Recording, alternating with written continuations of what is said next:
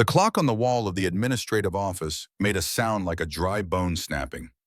Each tick was 1 second closer to noon, 1 second closer to freedom, 1 second closer to the terrifying unknown that waited beyond these gray walls. Ethan Cross sat perfectly still in the hard plastic chair, hands folded in his lap, watching the second hand sweep its slow circle. 18 years old as of midnight, legally an adult, legally no longer the responsibility of the state of Oregon, legally alone.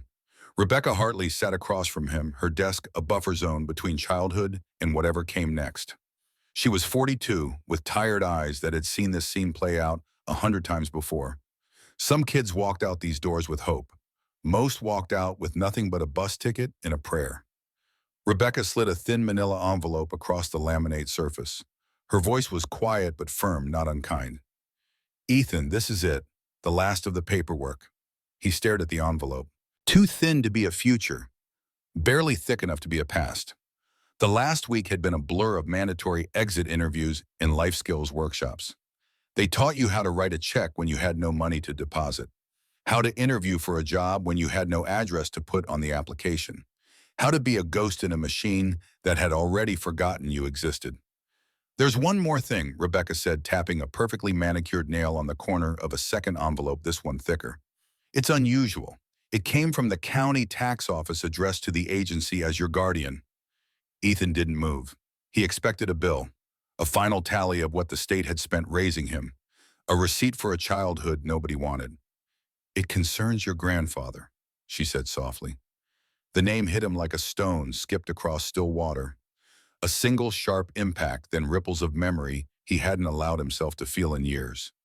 Henry Cross. The last real family he'd had before the system swallowed him whole, before the succession of beige rooms and temporary beds, before he learned that permanence was a lie people told children. Henry had died when Ethan was 11, a massive heart attack that stopped him mid-sentence in his workshop surrounded by tools and blueprints and secrets. One moment he was there solid and real, the next he was gone, and Ethan was truly alone. The state came 3 days after the funeral. Nobody else stepped forward. Nobody else wanted a grieving 11-year-old boy. Ethan finally reached for the envelope. His fingers felt clumsy thick, disconnected from his brain. Inside was a single sheet of heavy paper covered in dense blocky text, a tax delinquency notice. At the top, his grandfather's name in official typeface, Henry Cross. Below it, a parcel number and a legal description of property Ethan never knew existed. 1.2 acres in a county he'd never heard of. A place called Ridgewood. The notice explained that the property, having been delinquent for 7 years, had reverted to the county. But there was a clause archaic and specific.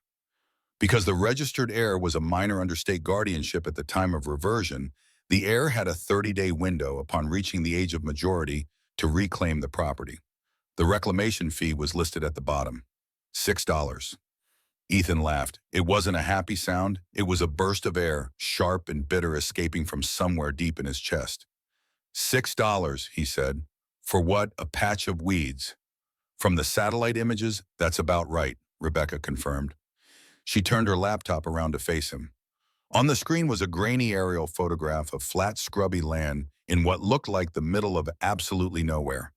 In the center of the brown and pale green square was a single silver-gray shape, long and curved like a half-buried metal tube. "There's a structure on it," Rebecca said. "Looks like a Quonset hut. Probably derelict." Derelict, a good word for how Ethan felt. A worthless building on a worthless piece of land. His inheritance. It was a cosmic joke. The system raised you, chewed you up, spit you out with nothing but a bus token and a claim on a rusty shed. He should have crumpled it up. Should have thrown it in the trash and walked out and never looked back. But he didn't, because as pathetic as it was the only thing in the entire world with his name on it. Or close enough, it had his grandfather's name. The man who'd raised him from age 2 to 11. The man who'd taught him how to change oil in a truck and how to read a compass and how to keep going when everything felt impossible. The man he'd barely understood when he was alive. "You have 72 hours, Ethan," Rebecca said, her voice softening. "At noon on Friday, you walk out of here. You can walk out with this piece of paper, or you can walk out with nothing." The bus ticket we give you can get you to Ridgewood. It's a long shot. It's probably a dead end, but it's a direction. Ethan looked from the screen to the paper in his hand. 1.2 acres. A Quonset hut. $6. It wasn't a future. It wasn't a home. But like she said, it was a direction. West toward a place he didn't know, to claim a thing he didn't understand, left by a man he desperately missed. He slid the paper back into the envelope and pushed it into the pocket of his thin jacket. Okay, he said, the word feeling small and foreign in his own mouth. How do I pay the $6? The next 2 days passed in a hollow blur. Ethan packed his life into a single black duffel bag, a few changes of clothes, a worn paperback copy of The Old Man and the Sea that Henry had given him for his 10th birthday, a toothbrush, a cheap razor. That was it. That was the sum total of 18 years. Other kids in the group home gave him knowing looks. They'd seen this movie before. Some of them were starring in it themselves. The quiet kid with the haunted eyes gets his ticket and vanishes into the world. Most were never heard from again. Marcus, who'd aged out last year, was sleeping under the Burnside Bridge. Jenna, who had 6 months left, watched Ethan pack with a mixture of envy and dread.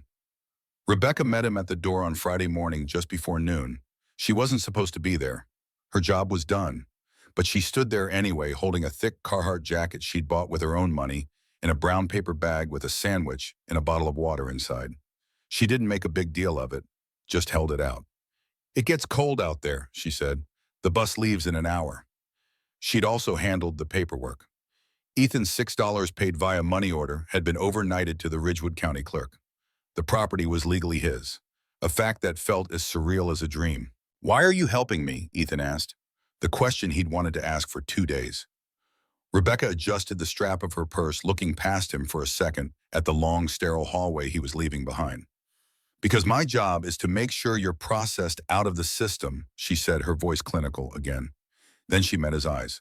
My purpose is to make sure you have a chance. There's a difference. She gave him a small, sad smile. Go find out what your grandfather left you. Ethan walked out the door and didn't look back. The air outside smelled of exhaust fumes from the Greyhound idling at the curb. Freedom didn't smell sweet. It smelled like diesel and fear. The bus ride was 18 hours of rattling windows and the low drone of the engine, a sound that vibrated deep in his bones. They moved from the dense vertical gray of Portland to the sprawling suburbs and then further into the rolling farmland of the state's interior. The further they went, the emptier the bus became until it was just Ethan, an old woman sleeping with her mouth open, and the driver. The landscape flattened. Trees grew sparse. The sky seemed to get bigger, wider, a vast indifferent blue that stretched from horizon to horizon. This was the country his grandfather had chosen. Or maybe it had chosen him. Ethan tried to remember Henry, not the version softened by childhood memory, but the real man. Henry Cross had been born in 1925, part of that generation forged in the Depression and tempered in war. He'd served in Korea with the Army Corps of Engineers, came home in 1953, and spent 30 years working as a geological engineer for Apex Chemical Corporation. He'd retired in 1985, the same year Ethan's father James was starting his own family. Henry was a quiet man, a little strange.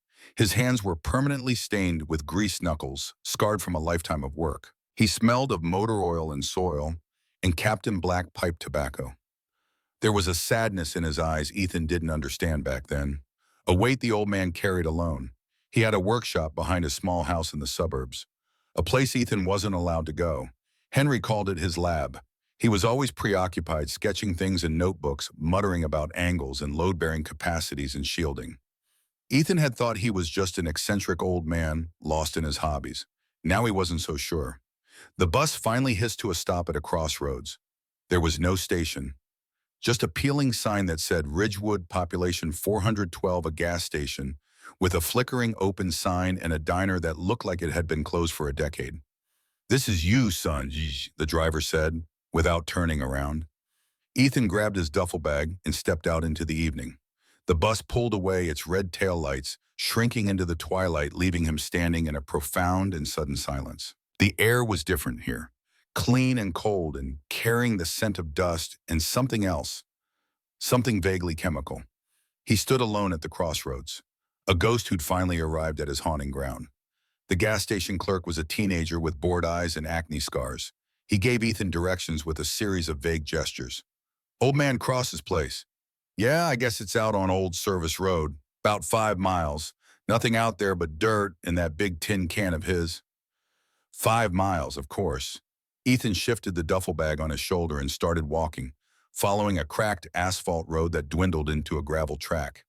The sun had set and the sky was a deep purple dusted with more stars than he'd ever seen. There were no streetlights. The only illumination came from a sliver of moon. It was beautiful and terrifying. The world felt ancient and alive. He could hear crickets, the rustle of something in the tall grass by the road. He felt small, insignificant, a piece of human debris washed up on an unfamiliar shore. After what felt like an eternity, he saw it. The moon caught the curve of the metal roof, a dull silver gleam against the dark horizon. The Quonset hut. It was bigger than he'd imagined from the satellite photo, a hulking silent thing squatting on the flat earth. The land around it was choked with sagebrush and scrub. A rusted barbed wire fence sagged in place, marking the border of his 1.2 acres. His kingdom of dirt. There was a heavy padlock on the main sliding door, but it was so corroded that a few solid kicks and a hard yank with both hands was all it took to snap the hasp. The door groaned open on a track clogged with rust and grime, revealing a cavernous darkness within. The air that rolled out was thick with decay, damp earth rust, and the faint, musky scent of mice. Ethan fumbled for the small flashlight Rebecca had tucked into the bag with the sandwich. Its thin beam cut through the blackness. The inside was vast and empty, save for a few rotting wooden crates stamped with faded army markings, a rusty 55-gallon drum, and a thick layer of dust covering everything. The concrete floor was cracked and uneven. The corrugated metal walls were streaked with rust where rain had found its way in over the years. It wasn't a home. It was a tomb. Ethan dropped his bag on the floor. The sound echoed in the huge empty space. A wave of despair washed over him, cold and heavy, threatening to pull him under. This was it. This was the brilliant plan. He'd traded a warm bed in a place he hated for a concrete floor in a place that had already been forgotten by the world. He sank down onto his bag, the flashlight beam trembling in his hand. And for the first time since he'd walked out of the group home, he felt the hot sting of tears. He wasn't crying for himself. He was crying for Henry. What kind of hope had the old man been clinging to? What was this place supposed to be? The next few days became about simple survival. His first priority was shelter. The Quonset hut was a sieve leaking cold night air through a dozen gaps and holes. He spent hours stuffing rags and fistfuls of dry grass into the seams where the metal panels met the concrete foundation. He used a piece of scrap metal to patch the most obvious hole in the roof. His second priority was water. The gas station was 5 miles away. He couldn't make that walk every day. He found an old rain barrel behind the hut, cleaned it of rust and dead leaves as best he could, and positioned it under the patched section of roof, praying for rain. His third priority was food. He had a little cash from Rebecca, enough for some basics. He made the long walk back to the crossroads and bought bread, peanut butter, canned beans, and a large jug of water from the indifferent teenager behind the counter. It felt like a supply run for a mission on a desolate planet. Living in the hut was a lesson in discomfort. The days were tolerable, filled with hard physical labor that kept his mind occupied. He swept out years of accumulated dust and debris until his throat was raw. He fought a losing battle against the mice. But the nights were the worst. The cold seeped up from the concrete floor, a damp, persistent chill that got into his bones and wouldn't let go. The wind would howl around the curved metal walls, making the whole structure groan and shudder like a dying animal. In the profound darkness, every rustle, every creak sounded like a threat. He was more alone than he had ever been in his life. And yet slowly something began to shift. The physical work, as grueling as it was, gave him focus. His hands, soft from years of institutional idleness, became calloused and capable. He learned the rhythm of the place, the way the light moved across the floor during the day, the specific pitch of the wind at night. He was no longer just a visitor. He was an inhabitant. The hut wasn't a home, not yet, but it was his. It was during the second week, while trying to clear a space in the far back corner to set up a more permanent sleeping area, that he found it. Half buried under a pile of rotted canvas was a section of the concrete floor that didn't look right. It was a perfect square about 3 feet by 3 feet, and the seam around it was too clean, too deliberate. The rest of the floor was a mess of cracks and upheaval from years of settling. But this square was pristine as if it had been cut yesterday. Curiosity sparked to life a feeling Ethan hadn't had much use for in recent years. He knelt down, running his fingers along the edge. There was no handle, no ring to pull. The square was flush with the surrounding floor sealed tight. He spent an hour trying to pry it up with a rusted tire iron he'd found in one of the crates. The metal screeched against the concrete, but the slab wouldn't budge. It was sealed as tight as a bank vault. Frustrated, he sat back on his heels, shining his flashlight along the seam, again looking for any weakness, any clue. And then he saw it. A tiny hole, almost invisible, drilled into one corner. No bigger than the tip of a pencil. It wasn't a flaw. It was an access point. Ethan remembered the notebooks Henry was always sketching in. Diagrams filled with hidden latches and clever mechanisms. The old man had been an engineer trained to think in systems and redundancies. This was his work. Ethan could feel it in his bones. He didn't have a tool that small. He walked the perimeter of the hut, eyes scanning the floor and walls, looking for anything that might fit. His gaze landed on the broken hasp from the main door, still hanging by one screw. The pin that had held the padlock was still lodged in it, a thick, sturdy piece of steel just the right diameter. He worked it free and carried it back to the square slab. It fit perfectly into the hole. He pushed down hard, putting his weight into it. At first, nothing. Then he felt something give way deep below, and he heard a faint click like a lock tumbling open somewhere in the earth beneath his feet. He jammed the tire iron back into the seam and heaved with everything he had. This time the slab moved. It lifted an inch, then two. It was incredibly heavy, far thicker than he'd expected, reinforced concrete meant to bear weight and keep secrets. With a final grunting effort, and he pivoted it up and over, revealing a dark square cavity beneath. The air that rose up smelled of cold stone and dry contained stillness, the absence of life. His heart hammered against his ribs as he shone his flashlight down into the hole. It wasn't a crawl space. It was a compartment lined with galvanized steel to prevent moisture and corrosion. And nestled inside, sitting on a bed of silica gel packets meant to absorb any trace of humidity, was a green military-style ammunition box, the kind designed to protect its contents from water fire and time itself. It was locked, not with a padlock he could smash, but with a heavy-duty combination dial set into the latch. 3 numbers, hundreds of possible combinations, of course. Henry wouldn't have made it easy. Ethan sat there for a long time just staring at the box. What numbers would a man like Henry Cross choose a birthday? An address Ethan knew so little about him. The old man had been private guarded, carrying his secrets like stones in his pockets. He tried his own birthday, 0618, nothing. He tried Henry's birthday as best he could remember it, 0322, nothing. He tried the year Henry died, 1997, nothing. He was about to give up, about to try forcing it open with the tire iron, when a memory surfaced. Faint and distant, like something half remembered from a dream. It was Christmas 1995. Ethan was 9 years old, sitting in Henry's living room in front of a tree strung with colored lights. Henry had handed him a present wrapped in newspaper. Inside was a model airplane kit, a Cessna 172 Skyhawk. Henry had sat down beside him, pointing at the picture on the box with his pipe stem. "See that, Ethan? That's a Skyhawk, model 172, one of the most reliable planes ever built. Never forget those numbers. 172. They'll take you places." At the time, Ethan had thought it was just something grandfather said. Random wisdom that didn't connect to anything. But now, sitting in the darkness of the Quonset hut, with his fingers on a combination lock, he wondered if anything Henry had ever said was random. His hands were trembling as he turned the dial. Right to 1, past 1 to 7, right to 2. He pulled the latch. It clicked open. For a moment, Ethan just knelt there, breathing hard, his heart trying to punch its way out of his chest. The air in the hut felt thick, charged with something he couldn't name. Slowly, carefully, he lifted the heavy lid. The contents were packed tightly and deliberately.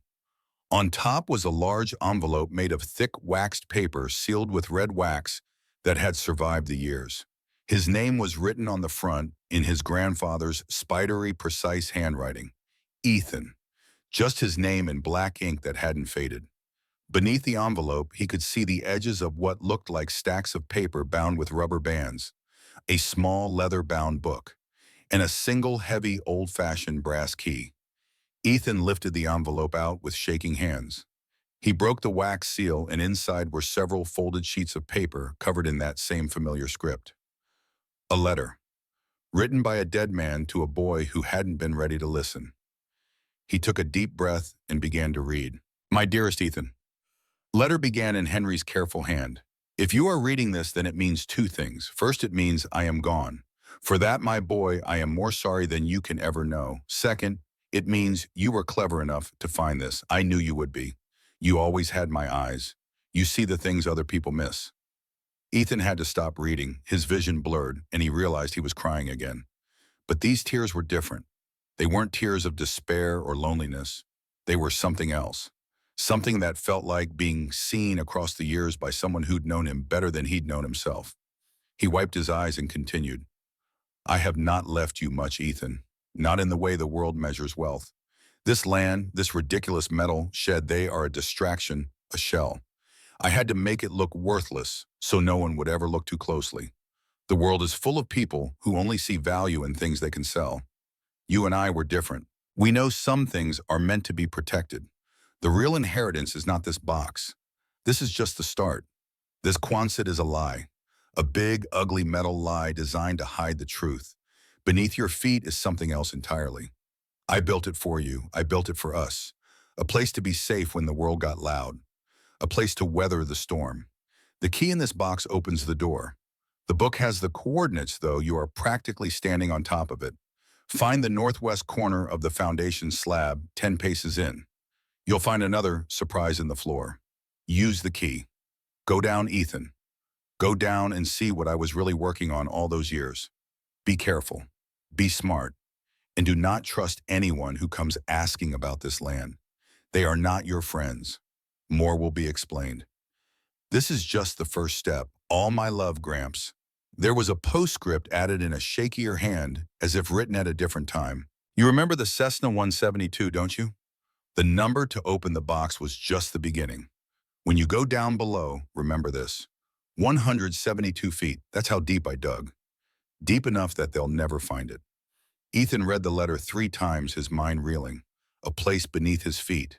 Something Henry had built. 172 feet deep. That was impossible. A 70-year-old man couldn't dig a hole that deep. Not alone, not in secret. It would take machinery-time expertise. It would take the kind of obsessive dedication that bordered on madness. But the evidence was in his hands, the box, the letter, the key. Henry Cross didn't deal in fantasies. Ethan set the letter aside and pulled out the leather-bound book. It was a surveyor's log, the kind professional engineers used in the field. The pages were filled with Henry's precise drawings, calculations and notes, diagrams of soil composition, load-bearing estimates, ventilation schematics, water table measurements, and on the first page a hand-drawn map of the property, a simple rectangle representing the Quonset hut, and beneath it, sketched in cross-section, something that made Ethan's breath catch in his throat.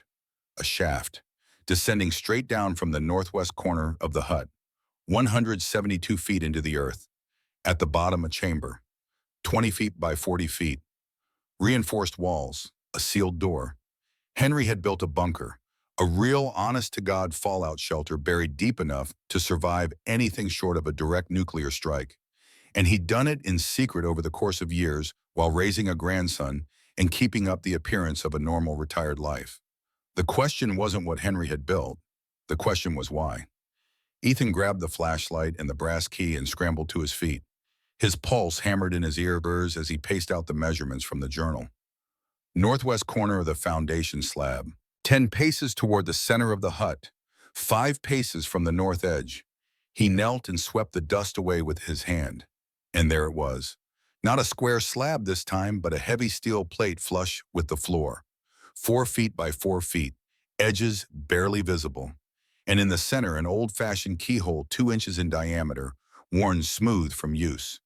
The brass key slid in perfectly. It took all of Ethan's strength to turn it. The mechanism resisted at first, frozen by years of disuse, but then it gave way with a deep, resonant thud that seemed to come from far below. A series of clicks followed metal bolts, retracting in sequence one after another. Ethan found the edge of the plate and pulled. It was incredibly heavy but perfectly counterweighted. After the initial resistance, it lifted smooth and silent hinges hidden somewhere below. It swung up and over, revealing a square shaft descending into absolute blackness. A wave of cold, dry air washed over his face. It smelled different from the musty dampness of the hut. This air was sterile, filtered, contained. The smell of a place that had been sealed away from the world for a very long time. Ethan stood at the edge of the shaft, his flashlight beam cutting a nervous path downward. He couldn't see the bottom. Just a steel ladder bolted to the wall, rung after rung, disappearing into the dark. Henry's words echoed in his mind. "Go down, Ethan." He took a deep, shuddering breath and stepped onto the first rung. The metal was cold beneath his hands. Solid. Real. He began to descend. The ladder went down and down, 20 feet, 40 feet, 60 feet. Small LED lights were mounted to the wall every 20 feet or so, and to his amazement, they still worked, casting a faint glow that barely pushed back the darkness. Henry must have wired in some kind of power source. Solar panels on the surface, maybe hidden beneath camouflage netting. At 85 feet, Ethan stopped to rest. His arms ached. His legs trembled. When he looked up, the entrance was a distant square of lesser darkness. When he looked down, there was still no bottom in sight. He kept climbing. 100 feet, 120, 150. The temperature dropped noticeably. The air grew thinner, or maybe that was just his imagination, his lungs working harder from exertion and fear. At 172 feet, his boots finally touched solid ground, a concrete platform 10 feet by 10 feet.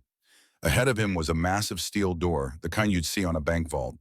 A large wheel handle was set in the center. No lock, just the wheel. Ethan approached the door and touched the cold metal surface. Embossed near the top were two letters. H.I. Henry, Cross, 1996. He gripped the wheel with both hands and turned. It was stiff, but it moved, the mechanism well-maintained despite the years. Bolts retracted with heavy metallic clanks. 8 full rotations, and then a final solid thunk as the seal broke. The door swung inward to smooth on its balanced hinges. Lights flickered on, automatically triggered by some motion sensor Henry had installed.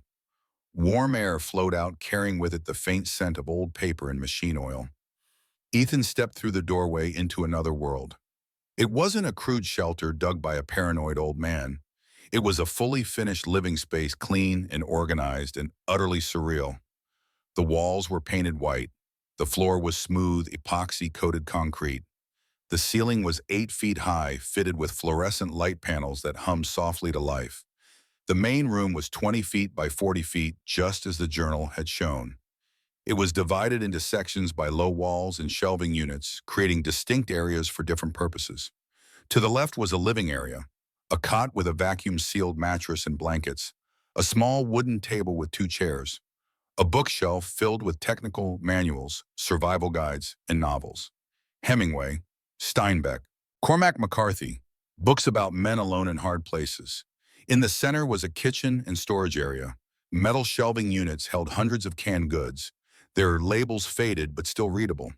Beans, soup, vegetables, all dated between 1994 and 1996. Cases of military MRS stacked neatly. Freeze-dried food in sealed pouches. A comprehensive medical kit. Water purification tablets. A 500-gallon water tank stood against one wall connected to a hand pump and a multi-stage filtration system.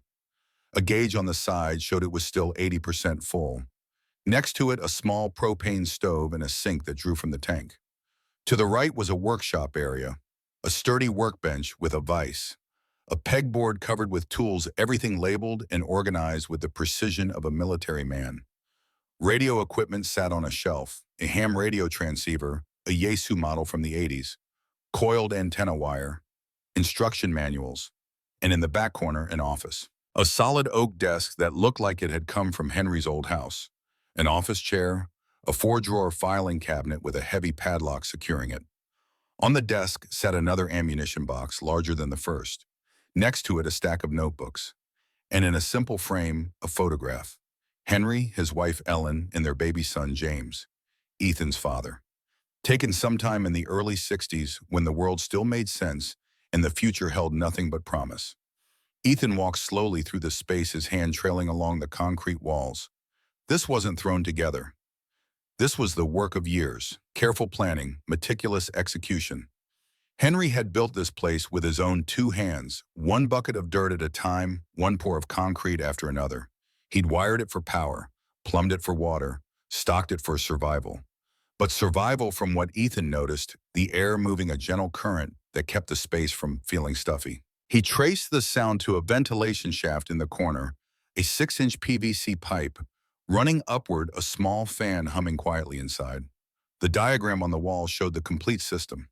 Solar panels on the surface hidden beneath the Quonset hut's shadow. Batteries for backup power. Fans to circulate air. Filters to remove contaminants. A man could live down here for months, maybe years. Ethan sat down in Henry's chair in the place where his grandfather had sat so many times before. The chair creaked under his weight. He could almost feel the old man's presence, could almost smell the pipe tobacco and machine oil. His gaze fell on the second ammunition box. Unlike the first, this one wasn't locked, just latched. A label was taped to the top in Henry's handwriting. Ethan. Read after letter number 1. He opened it. Inside were not supplies or tools, but paper. Stacks and stacks of documents. Photocopied memos on corporate letterhead. Lab reports filled with chemical formulas and test results. Geological surveys with color-coded maps. Internal correspondence between executives. Financial records showing payments and cost-cutting measures. All of it bearing the logo of Apex Chemical Corporation. And on top of everything, another sealed envelope. Thicker than the first. Heavier. Addressed in Henry's hand. Ethan. The truth. His hands were shaking as he broke the seal. Ethan, the letter began. If you're here in this room, then you found my sanctuary, my confessional. I hope it serves you better than it served me. I called it the Ark, but I was never able to save the people who really needed it. I have a confession to make, son. A sin to confess. For 30 years, I was a geological engineer for Apex Chemical Corporation. My job was to survey sites for industrial development to make sure the ground was stable. It was a good job. It paid well. It let me raise your father in a nice house. But I was a coward, Ethan. I saw things I should have spoken up about. And I stayed quiet because I was scared. Scared of losing my job. Scared of uprooting my family. Apex had a subsidiary, a waste disposal unit. They were cheap. They were reckless. For a decade, they cut corners. Instead of properly treating and disposing of toxic byproducts from their chemical plants, they buried them. Barrels of poison, right in the ground. And I was the one who signed off on the geological reports. I didn't know, not at first. They told me the sites were for inert material storage. I was willfully blind. By the time I realized what was really happening, it was too late. I was complicit. Ethan had to stop reading. His stomach turned. He set the letter down and stared at the stacks of documents surrounding it. Evidence, proof of corporate crime, and his grandfather's name on every page. He forced himself to keep reading. The place where you are sitting now, Ridgewood County, was one of the worst sites. This whole area is a toxic sponge. It's in the soil. It's in the water table. The company folded the disposal subsidiary, buried the records, and walked away. They left a time bomb ticking under the feet of every family living here. Ethan thought about the chemical smell in the air when he'd first arrived. The diner that was permanently closed.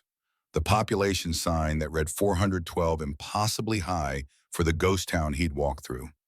Pieces were falling into place, forming a picture he didn't want to see. I quit my job. I tried to go to the authorities, the EPA. But Apex's lawyers were better. They discredited me. They painted me as a disgruntled employee. They buried me in litigation until I had nothing left. Your grandmother left me. Your father, he tried to stand by me, but I pushed him away. I was toxic, Ethan, in every sense of the word. The guilt ate me alive. When your parents died in that car crash, I knew it was a kind of judgment. I had failed everyone I ever loved. Ethan stared at that line. The car crash. Henry had always made it sound like a tragic accident, something random and cruel. But the way he wrote it now, a kind of judgment, suggested something else, something darker. His father had died in 1988 when Ethan was 2 years old. Brake failure on Highway 395. The official report said it was mechanical failure, bad luck, one of those things that happen. But James Cross had been a mechanic trained by Henry himself. He would have known if his brakes were failing. Ethan pushed the thought aside and kept reading. I spent the rest of my life and every penny I had left trying to build a case. This bunker, this was my command center. I bought this worthless land under a different name. I built this place with my own 2 hands. I gathered the proof, the original survey, maps I doctored under duress, the shipping manifest I copied, the internal memos I smuggled out. It's all in this box, Ethan, the truth. But I was one old man. I was running out of time. Recently, a new company, a real estate firm called Silverton Development, started buying up land all around here. Quietly, they've been making offers, generous offers. But Silverton is just another name. I checked their corporate filings. They're a wholly owned subsidiary of Apex Chemical Corporation. They're not here to build condos, Ethan. They're here to bury their sins for good, to acquire every last acre and lock it down so no one ever digs deep enough to find what's underneath. They will come for this land. They will make you an offer. They will offer you more money than you have ever dreamed of, enough to go anywhere, to start a new life and forget this place ever existed. It's the easy way out, the safe way out, the way I should have taken 30 years ago. Ethan felt a chill run down his spine. Henry had known, had predicted exactly what would happen. Even from the grave, the old man was still trying to protect him. Inside this box with the documents, you will find my last secret. It's what's left of my pension, my life savings, cash. I called it my fight money. It's not enough to make you rich, but it's enough to live on for a while. Or it's enough to hire a lawyer, enough to start the fight I could never finish. The choice is yours, my boy. You owe this place nothing. You owe me nothing. You can take the money and run, or you can take the buyout and run. No one would blame you. God knows you've earned an easy life. Or you can stay. You can use what I've left you. You can be the man I never had the courage to be. You can bring the truth to light. It will be hard. It will be dangerous. They will fight you. But it's the right thing to do. The harder right. Whatever you choose, know that I loved you. Know that in the end, all I wanted was for you to be safe and to be proud of the name you carry.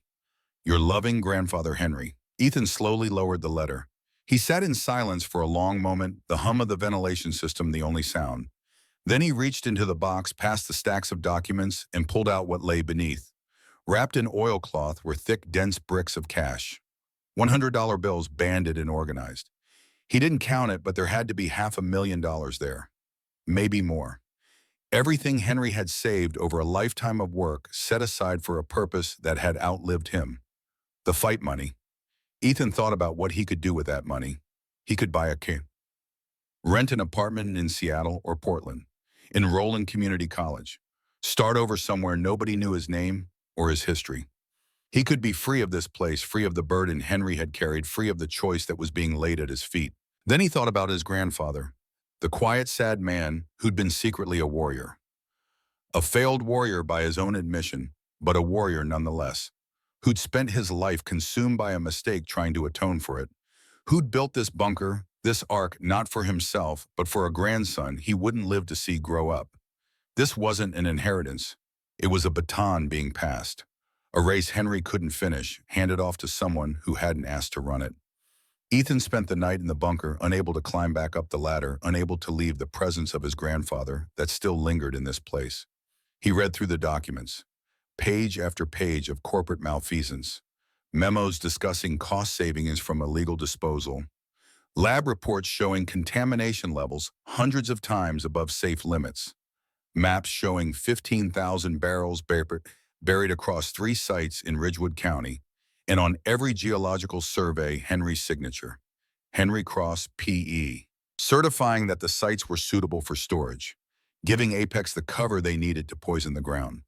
In one of the filing cabinets, Ethan found Henry's personal journals, leather-bound notebooks filled with cramped handwriting, day-by-day accounts of the old man's guilt and his efforts to build a case. He wrote about local families, names, addresses, medical histories, a man named Cooper, whose wife died of leukemia at 47, a farmer named Morrison, whose well water turned brown and whose cattle developed tumors, children born with birth defects that doctors called bad luck, but Henry knew were anything but. The old man had mourned them all, had carried their suffering like stones in his pockets. One entry dated March 1988 made Ethan's blood run cold. James is asking too many questions. He found some of my old files. Wanted to know why I left Apex. I told him to drop it. Told him it was old business, better left buried. But he has my stubbornness. He says if I won't go to the authorities, he will. I should be proud. Instead, I'm terrified. These people don't forgive. Don't forget. The next entry was dated March 20th, 1988. James is dead. They said his brakes failed on Highway 395. I know better. He was going to the state EPA office in Bend. He'd called them, made an appointment, and now he's gone. They killed my son. This is my fault, my sin. I should have warned him. Should have told him to stop. But I thought maybe if he succeeded where I failed, I was wrong. And Linda, poor broken Linda, she'll never recover. And Ethan, God help me, Ethan is only 2 years old. What have I done? Ethan read the entry 3 times. The words didn't change. His father hadn't died in an accident. He'd been murdered, killed by Apex to protect their secrets. And Henry had known, had lived with that knowledge for the 9 years he'd raised Ethan afterward. Every time he'd looked at his grandson, he'd seen the son he'd gotten killed. No wonder there'd been such sadness in the old man's eyes. Ethan slept fitfully on the cot, wrapped in the vacuum-sealed blankets that still smelled faintly of mothballs and time. He dreamed of his father, of a man he barely remembered. Dreamed of Henry digging in the darkness, one shovelful at a time, building a fortress against guilt. When he woke, his decision was made. He couldn't bring his father back, couldn't undo Henry's mistakes. But he could finish what they'd started. He could take the evidence Henry had gathered and use it, not for revenge, for justice, for the families who didn't know they were being poisoned, for the children who'd be born here in the years to come. It would be hard. It would be dangerous. He was 18 years old with no education and no connections. He'd be going up against a corporation with unlimited resources and no conscience. But Henry had given him the tools, the evidence, the money, and most importantly, the choice. Ethan climbed back up the ladder 172 feet, emerging into the morning light of the Quonset hut. He sealed the hatch behind him, swept dust over it to conceal it once more. Then he walked the 5 miles into town to the gas station with the payphone outside. He called Rebecca Collect. When she answered, he could hear the surprise in her voice. "Ethan, are you okay? It's been 2 weeks." "I need help," he said. "I've found something big. Do you know any lawyers? Someone who does environmental law?" There was a long pause on the other end of the line. "Why do you need an environmental lawyer, Ethan?" "Because my grandfather left me evidence of a corporate crime. Toxic dumping. People are dying because of it." Another pause. Then Rebecca's voice changed, became firm and focused in a way he'd never heard before. "Don't talk to anyone else. Don't let anyone on that property. I'm going to make a call." 2 days later, a beat-up Toyota Tacoma came rattling up the gravel road. A woman got out, late 20s, with tired eyes and a determined jaw. She introduced herself as Maya Singh, attorney at law, environmental and community law. Rebecca had sent her. Ethan showed her everything: the bunker, the documents, Henry's confession, the evidence of decades of illegal dumping. Maya spent 5 hours reviewing it all, her expression growing more grim with each page. When she finally looked up, she removed her glasses and rubbed her eyes. "Ethan, do you understand what you're holding here? This is a federal RICO case, criminal conspiracy, potentially hundreds of millions in liability. Can we win?" Maya was quiet for a moment. "Define win. If you mean will Apex be held accountable? Will victims get compensation? Will the site be cleaned up, Owen? If you mean will you survive the process, I honestly don't know. They have unlimited resources. They'll try to discredit the evidence. Discredit you. Bury us in motions and delay tactics." She picked up one of Henry's original survey maps. "But your grandfather built a nuclear bomb here. If we deploy it right, they won't recover." 3 days after Maya's visit, a black Cadillac Escalade came up the road. A man stepped out, expensive suit and polished shoes absurd against the desert backdrop.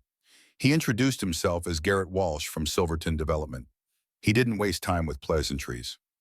Ethan Cross, we've been trying to reach the owner of this parcel. I represent a group of investors interested in this region. We're prepared to make you a very generous offer. Ethan stood his ground. I'm not selling. Walsh's smile tightened fractionally. Perhaps you haven't heard my offer. $250,000. Cash. Close in 30 days. He pulled out a check already filled out and held it up for Ethan to see. $250,000. More money than Ethan had ever imagined having. Enough to disappear. Start over. Forget this place existed. Exactly as Henry had predicted. I know who you are, Ethan said quietly. I know Silverton is owned by Apex Chemical, and I know what's buried under this land. The smile vanished from Walsh's face entirely. You're making accusations without evidence. I have 15,000 reasons buried 3 miles north of here, and I have geological surveys signed by Henry Cross proving they're there. Walsh stepped closer, his voice dropping to something cold and dangerous. Listen carefully, kid. Your grandfather tried this. It didn't work out well for him. Take the money, disappear, or accidents happen to people living alone in the middle of nowhere. Ethan met his eyes and didn't flinch. Get off my property. Walsh stared at him for a long moment, then turned and walked back to his vehicle. Before getting in, he looked back over his shoulder. You'll regret this. We always get the land we want. The Escalade kicked up a cloud of dust as it drove away, leaving Ethan standing alone in front of the Quonset hut. His hands were shaking, adrenaline flooding his system. But he didn't regret it. He'd crossed the Rubicon. There was no going back now. The war had begun. Maya moved fast. Within a week, she'd filed an injunction in Ridgewood County Circuit Court seeking to prevent Silverton Development from harassing Ethan or attempting to purchase additional land in the area. The legal document was 50 pages long, dense with citations and precedents, but the heart of it was simple. A corporation was trying to silence a whistleblower, and the court needed to intervene. The response from Apex came faster than either of them expected. Their lawyers, a team from a white shoe Portland firm that billed $800 an hour, filed a motion to dismiss based on statute of limitations. The alleged dumping had occurred decades ago. Any claims were long expired. They also filed a countersuit against Ethan, personally claiming defamation and demanding $10 million in damages. The message was clear. They would bury him in litigation costs until he had nothing left. But Maya was a different kind of lawyer. She'd spent 5 years at a nonprofit legal aid clinic before going into private practice. She knew how to fight without unlimited resources. She used Henry's journals to argue that the statute of limitations shouldn't start until the evidence was discovered, which was when Ethan opened the box. She documented the pattern of corporate cover-up and intimidation. She made the case not just about Ethan, but about an entire community that had been poisoned without their knowledge. And slowly, carefully, she began building a class action lawsuit. The first person to join was Edith Cooper. She was 72 years old, a widow whose husband had died of leukemia in 2001. Maya had knocked on her door with a copy of Henry's journal showing her the entry where he documented Walter Cooper's illness and connected it to contaminated well water. Mrs. Cooper had wept, not from sadness, but from rage. Rage that someone had known, that someone had written it down and tried to warn people and been silenced. She signed the plaintiff agreement with a shaking hand and told Maya she'd testify to anything, anytime, anywhere. Then came Dale Morrison, the farmer, whose well had turned foul in 1998. His son had been born a year later with severe cerebral palsy. The doctors had called it bad luck, a random genetic mutation. But Maya showed him the lab reports from 1982 stamped with Apex letterheads showing benzene contamination in the aquifer directly beneath his property. Contamination that Henry had documented and the company had ignored. Dale broke down in his kitchen, his wife holding him as he sobbed. He'd spent 20 years thinking his son's condition was somehow his fault, some failure in his own genes. To learn it had been done to him deliberately for profit was almost too much to bear. But he signed, and he told his neighbors, and they told theirs. Within a month, Maya had 23 plaintiffs, cancer deaths, living cancer patients, children with birth defects, miscarriages. autoimmune disorders, a catalog of suffering that stretched back decades, all centered around 3 dump sites in Ridgewood County. The media started paying attention. First, the local weekly, the Ridgewood County Gazette, ran a front-page story. Then the Oregonian in Portland picked it up, framing it as a David and Goliath story. An 18-year-old orphan taking on a corporate giant, the grandson finishing his grandfather's fight. Ethan's face was suddenly everywhere, standing in front of the Quonset hut looking young and determined and slightly overwhelmed. The human interest angle was irresistible. Aged out of foster care, inherited a worthless piece of land, discovered evidence of corporate crime. It was the kind of story that made people want to believe justice was possible. But the attention brought new dangers. One night, Ethan was sleeping in the bunker when he heard sounds from above. Footsteps, metal scraping, the crash of something being overturned. He climbed the ladder as quietly as he could and emerged to find the Quonset hut ransacked, crates smashed open, his few belongings scattered. They were looking for something but they hadn't found the hatch. The entrance to the bunker remained concealed beneath its layer of dust and casual debris. The evidence was safe. Ethan filed a police report, but the sheriff seemed less than interested. Break-ins happened, kids looking for copper wire or anything they could sell. The deputy took notes and told Ethan to invest in better locks. The legal bombardment intensified. Apex filed motion after motion, each one requiring Maya to respond, each response costing time and money. They subpoenaed every record from Ethan's time in foster care, looking for anything they could use to discredit him. They hired private investigators to interview people he'd known searching for dirt. Walsh returned with a new offer. $500,000. Final offer, he said. Take it or be destroyed in court. Ethan refused again. Then came an attempt at bribery.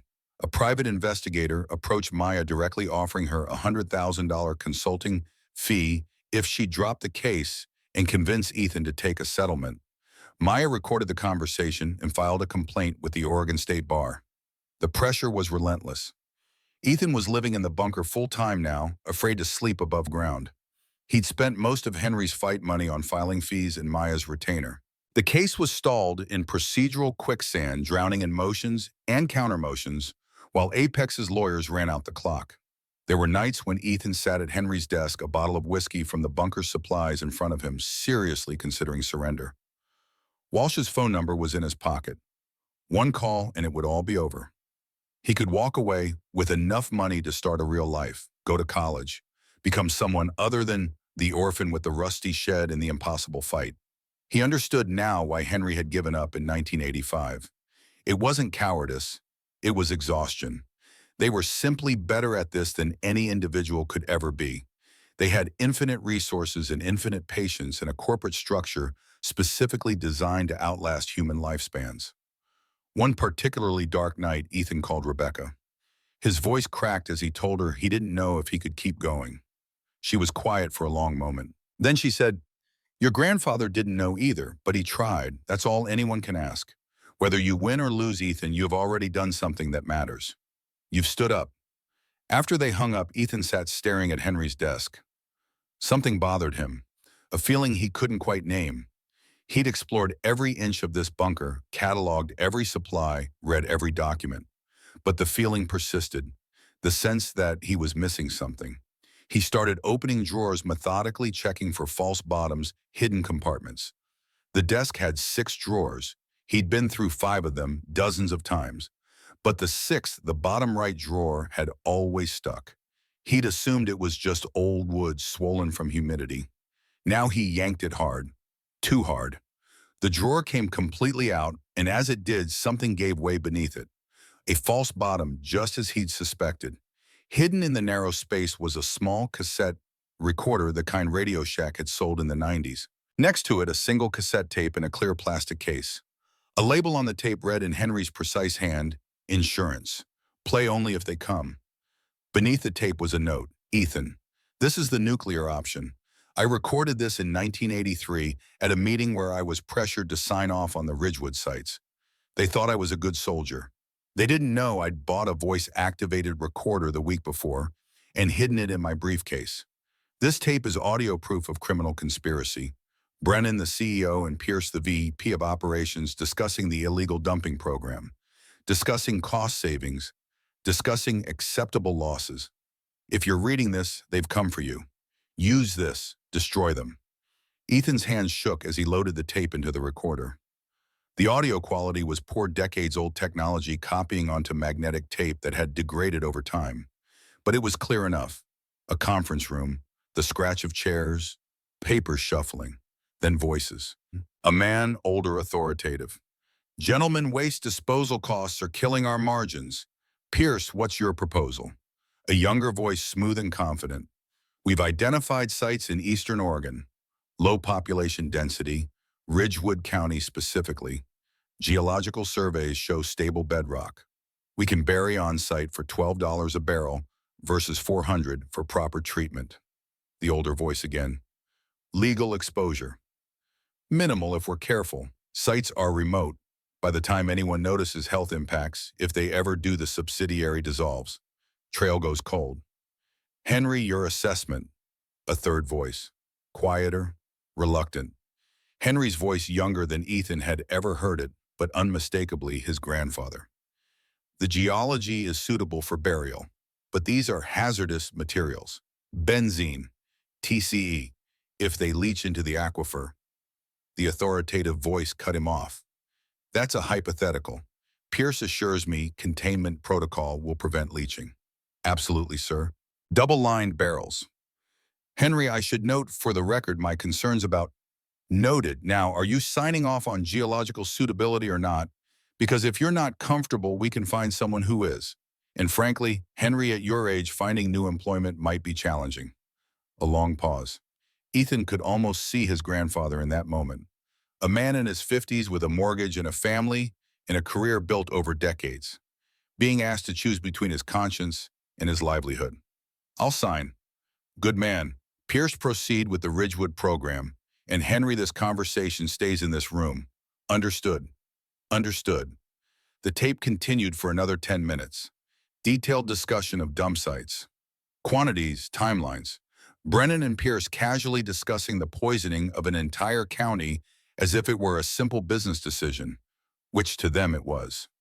When the tape ended, Ethan sat in silence. This was it. The smoking gun Henry had carried for 14 years. Had kept hidden even from his own son, had preserved in a climate-controlled bunker, 172 feet underground, waiting for the day when someone would need it. That day was now. Ethan climbed the ladder at 2 in the morning and walked the 5 miles to town under a sky full of stars.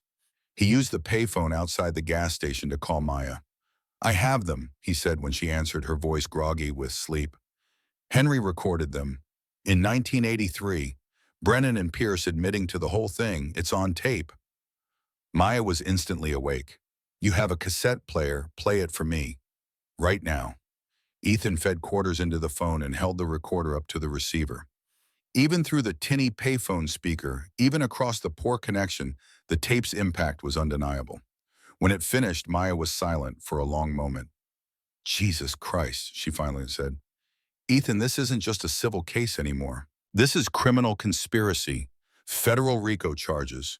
Brennan goes to prison for this. She arrived at the bunker 6 hours later with a digital audio recorder and a forensic audio expert. They transferred the tape to multiple digital formats, created authenticated copies, had the experts certify the recording's age and legitimacy. Then Maya filed an emergency amended complaint. The new filing included the tape transcript. Added Thomas Brennan, now 78 and retired in Arizona as an individual defendant. Added RICO claims, requested an immediate criminal referral to the FBI. She also called a press conference on the steps of the Ridgewood County Courthouse, played a 2-minute excerpt of the tape for assembled reporters. The story exploded. National news picked it up within hours. The major networks sent crews. The New York Times ran a front-page story. 18-year-old orphan exposes decades of corporate malfeasance. The human interest angle was even better now. Not just an orphan fighting a corporation, but an orphan wielding his dead grandfather's secret weapon. Brennan tracked down at his retirement community in Scottsdale, denied everything, called the tape fabricated. But audio forensic experts confirmed it was genuine, recorded in the early 80s. And when reporters started digging into Brennan's history, into Pierce's history, into Apex history, the story only got worse for the company. The Oregon Attorney General announced an investigation. The EPA launched an emergency site assessment of Ridgewood County. The FBI opened a criminal probe into Apex's waste disposal practices. Apex stock price plummeted. Board members began resigning. The new CEO, who'd had nothing to do with the dumping program, issued a carefully worded statement about taking the allegations seriously and conducting an internal review. But it was too late for damage control. 1 week after the tape went public, Walsh returned to Ridgewood. But this time he wasn't alone. He brought Apex's general counsel senior partners from 2 different law firms and a team of financial advisors. They met with Maya in her makeshift office, a rented room above the hardware store in town. Their offer was simple: $12 million to settle the class action. Full environmental remediation estimated at $30 million over 10 years. No admission of wrongdoing. Maya brought the offer to Ethan and the other plaintiffs. They met in the town hall, 143 people whose lives had been poisoned, whose families had been destroyed by decisions made in corporate boardrooms decades ago. Ethan stood up to speak. He was 20 years old now. 2 years had passed since he'd first opened that ammunition box. 2 years of fighting and learning and growing into someone he barely recognized. "They're offering us money," he said, "a lot of money, enough to change our lives. But they won't admit what they did, won't apologize, won't take responsibility. Just write a check and make us go away." He looked around the room at faces he'd come to know. Mrs. Cooper, who still tended her husband's grave every Sunday. Dale Morrison, whose son would never walk or talk normally. The families who'd lost children, parents, siblings to cancers that could have been prevented. "I think we should push for more," Ethan said. "More money, more truth." The vote was unanimous. Maya went back to the negotiating table with a single additional demand: public admission of wrongdoing. A corporate apology published in major newspapers. Henry Cross's name officially cleared and his role as a whistleblower formally acknowledged. Apex resisted for 2 weeks. Then the FBI leaked that Brennan was about to be indicted, that Pierce, who'd fled to Canada, was fighting extradition, that internal emails from the 90s showed the cover-up had continued for years after Henry's departure. The company realized this was an existential threat, not just to their finances, but to their survival. Admitting fault in Ridgewood opened them up to similar claims from dozens of other sites around the country. But fighting risked criminal prosecution of current executives, risked a verdict that could bankrupt the company entirely. The final settlement was announced on a cold morning in November 2006. $45 million split between victim compensation and environmental remediation. A full-page apology in the New York Times, the Wall Street Journal, and the Oregonian. Thomas Brennan's resignation from all corporate boards. A formal statement clearing Henry Cross's name and acknowledging his attempts to expose the dumping program. And one additional term that Ethan had demanded personally: a full investigation into the death of James Cross in 1988. 2 weeks later, a private investigator's report was delivered to Maya's office. It included a confession from a retired mechanic who'd been paid $10,000 in 1988 to sabotage James Cross's truck. Forensic review of the original accident scene photos conducted with modern techniques showed clear evidence of deliberately cut brake lines. Murder, covered up as an accident for 18 years. The mechanic's statement was turned over to local law enforcement. No charges would be filed. Too much time had passed. Too many witnesses dead or unreliable. But Ethan had the truth. His father hadn't died in a random accident. He'd been killed trying to finish what Henry started. In a strange way, it was closure. The dedication ceremony for Henry Cross Memorial Park was held on a bright June morning in 2006. The park had been built with settlement money centered around a natural spring that had been cleaned and restored to safety. At its heart was a simple granite monument. In memory of Henry Cross, 1925 to 1997, geological engineer and truth teller, and James Cross, 1960 to 1988, who died seeking justice. May we never forget the cost of silence. 400 people attended. The governor spoke. The EPA administrator spoke. Maya spoke about the importance of whistleblowers and the courage it takes to stand against institutional power. Then Ethan stood at the podium looking out at the crowd. He'd prepared remarks, but when the moment came, he set them aside. "My grandfather wasn't a hero," he said. "He'd be the first to tell you that. He made mistakes, big ones. He stayed silent when he should have spoken. But he spent the rest of his life trying to make it right.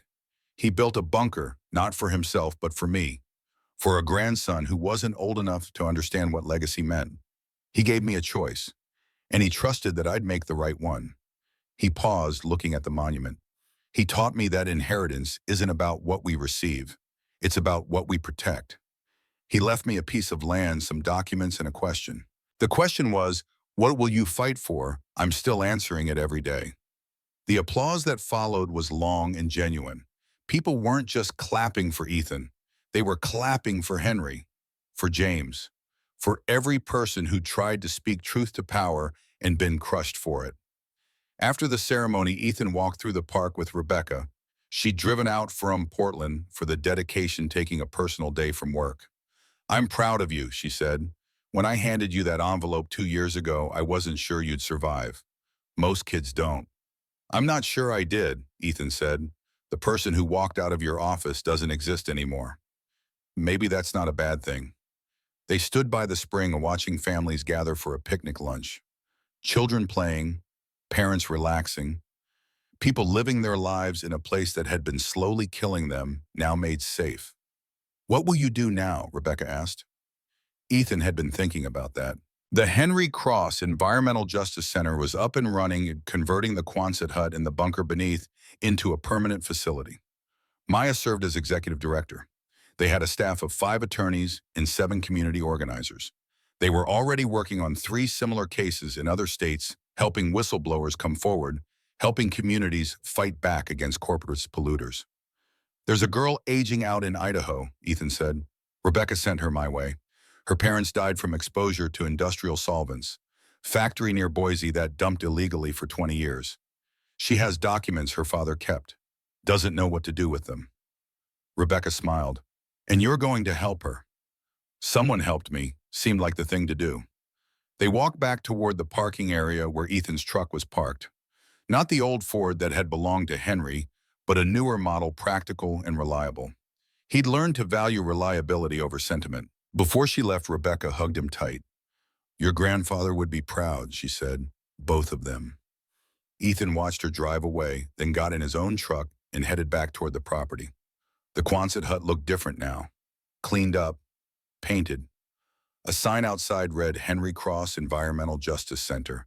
Hours were posted, a phone number people could call. He went inside and descended the ladder to the bunker.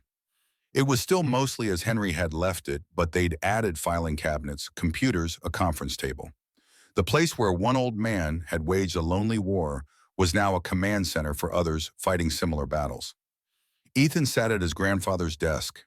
The same chair. On the wall above it hung the photograph of Henry Ellen and baby James. Next to it, a new photo. Henry in his army uniform standing beside a Jeep in Korea, 1952. Young and smiling in a way Ethan had never seen in person. And next to that, the model Cessna 172 that Ethan had finally assembled from the kit Henry had given him for Christmas in 1995. He'd built it in 2005 during the long months of waiting for the settlement to finalize. 172 pieces carefully glued together according to instructions written decades ago. A young woman was waiting in the conference room. Sarah from Idaho, 17 years old and aging out in 4 months. She had a folder of documents and a look of desperate hope that Ethan recognized. He sat down across from her. Tell me everything, he said. As she talked, explaining about the factory, about her parents, about the chemicals that had poisoned the groundwater, Ethan found himself nodding. He knew this story. He'd lived this story. When she finished, she looked at him with those same desperate eyes. Can you help me? Ethan thought about Henry, about James, about the long chain of people who'd fought and failed and tried again. About the baton being passed from generation to generation, each runner carrying it a little further before exhaustion forced them to hand it off. Yeah, he said, we can help. Let me show you what we do. He led her down the hallway to the archive room where Henry's original documents were preserved in climate-controlled storage, where the cassette tape sat in a locked case protected like the historical artifact it was. This is where it started, he said. One man trying to make things right. He didn't succeed in his lifetime, but he built the foundation for someone else to finish. Sarah looked around, overwhelmed. I don't know where to start.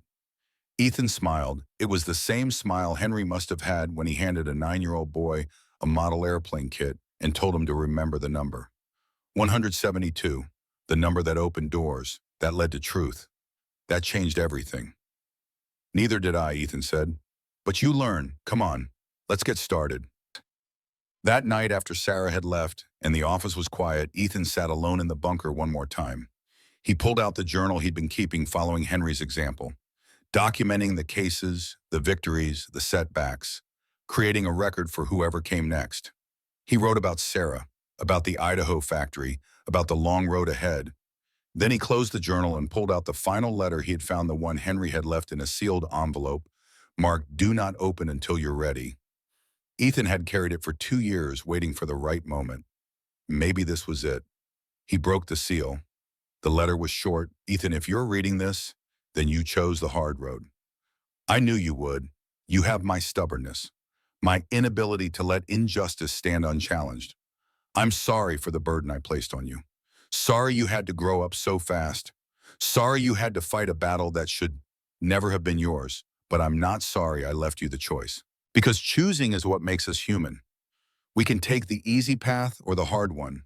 We can protect ourselves or protect others. We can stay silent or speak truth. You chose truth. That makes me prouder than I have words to express. The fight isn't over. It never is. There will always be someone trying to profit from others' suffering. Always someone willing to poison the earth for quarterly earnings. But there will also always be people like you, like James, like me at my best moments. People who see wrong and can't walk away. Keep fighting, son. Not because you'll win every battle, but because the fighting itself matters. Because standing up is more important than the outcome. I love you. I'm proud of you. And wherever I am now, I'm watching. Finish what we started. Gramps. Ethan folded the letter carefully and placed it in the archive next to all the other documents that told the story of Henry Cross. A flawed man who'd made terrible mistakes and spent his last years trying to atone. A father who'd lost his son. A grandfather who'd bet everything on a boy he'd never see grow up.